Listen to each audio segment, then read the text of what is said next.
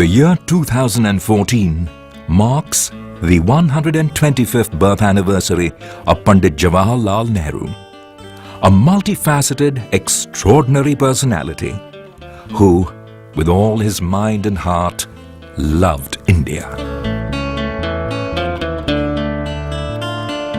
A freedom fighter who faced long periods of imprisonment for his participation in India's freedom movement, including the Salt Satyagraha and the Quit India movement. A nation builder guiding a newly liberated India in its first steps towards a new horizon. A philosopher, a prolific writer, and a global statesman. Long years ago, we made a tryst with destiny, and now the time comes when we shall redeem our pledge. Not wholly or in full measure, but very substantially. At the stroke of the midnight hour, when the world sleeps, India will awake to life and freedom. A moment comes, which comes but rarely in history, when we step out from the old to the new, when an age ends, and when the soul of a nation, long suppressed, finds utterance. It is fitting that at this solemn moment we take the pledge of dedication to the service of India and her people and to the still larger cause of humanity. Pandit Nehru's concern for the larger cause of humanity epitomizes the world view of this great statesman. He didn't want freedom for India alone. He wanted all the other colonies to be unshackled and their people empowered and acknowledged as equal stakeholders. He wanted people of all nations, everywhere in the world, to be free. He wanted the post-colonization era to be one characterized by democracy, in particular, democracy that was socially, economically, and politically inclusive. At the Asian Relations Conference, convened by Pandit Nehru in 1947, India committed itself to the decolonization of Asian and African countries. Pandit Nehru also left an indelible imprint on Indo-Africa relations, supporting liberation movements across Africa. At the Bandung Conference in 1955, he stated, "It is up to Asia to help Africa to the best of our ability, because we are sister continents." Above all, Pandit Nehru wanted world peace. "Without peace," he said while addressing the United Nations General Assembly, "all our dreams vanish and are reduced to ashes."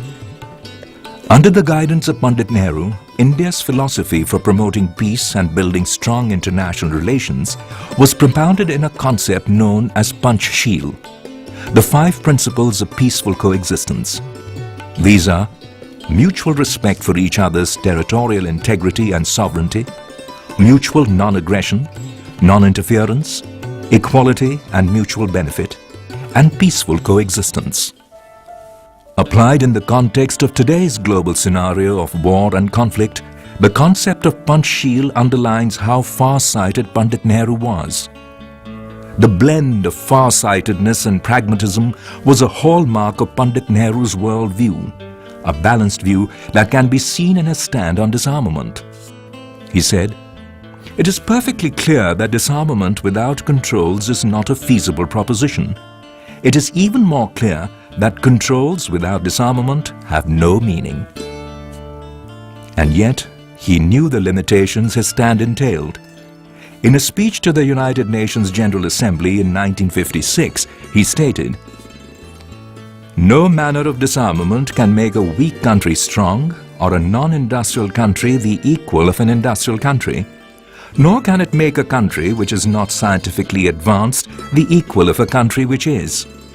We can, however, lessen the chances of war and the fear of war through disarmament. Ultimately, the entire question is a question of confidence and of lessening the fear of one another."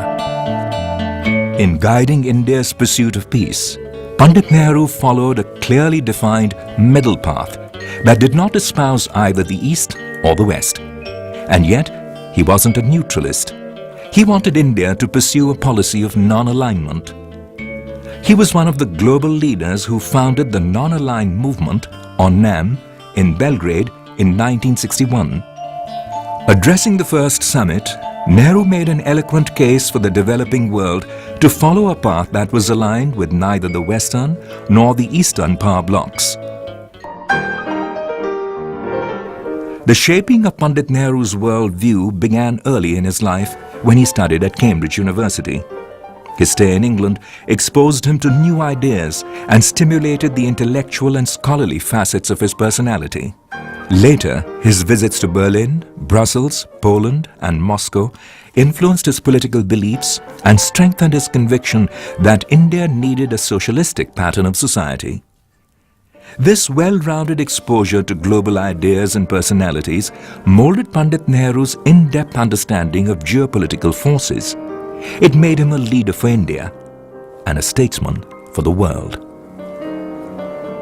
It was this persona that made Pandit Nehru stand alongside world leaders as an equal and as a valued partner in the process of peace and cooperation. John F. Kennedy described Pandit Nehru as a great world leader who has in his own life and times stood for those basic aspirations which the United States stand for today. Martin Luther King Jr. pointed out, "Let it also be remembered that Nehru guided into being the Asian-African bloc as a united voice for the billions who were groping towards a modern world." Nelson Mandela described Nehru as the eminent architect of Afro-Asian unity and stated, "To all South Africans in the struggle, he remains one of us, an activist in the fight against racism in its worst form, apartheid." Joseph Broz Tito said, "Through his devotion to the policy of coexistence and the strengthening of peaceful international cooperation, he has become one of the most outstanding statesmen of the contemporary world." "I'm sure," said Lord Mountbatten, "that history will accord him an even greater place than contemporary world opinion gives him today."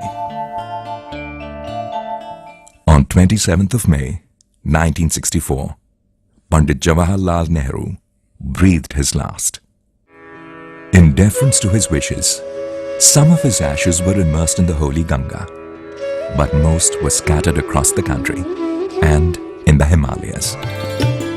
Today, as India celebrates the 125th birth anniversary of Pandit Jawahar Nehru, we rededicate ourselves to his vision, the far-sightedness of his worldview, and the power of his ideas that, even today, are fresh, vibrant, and alive.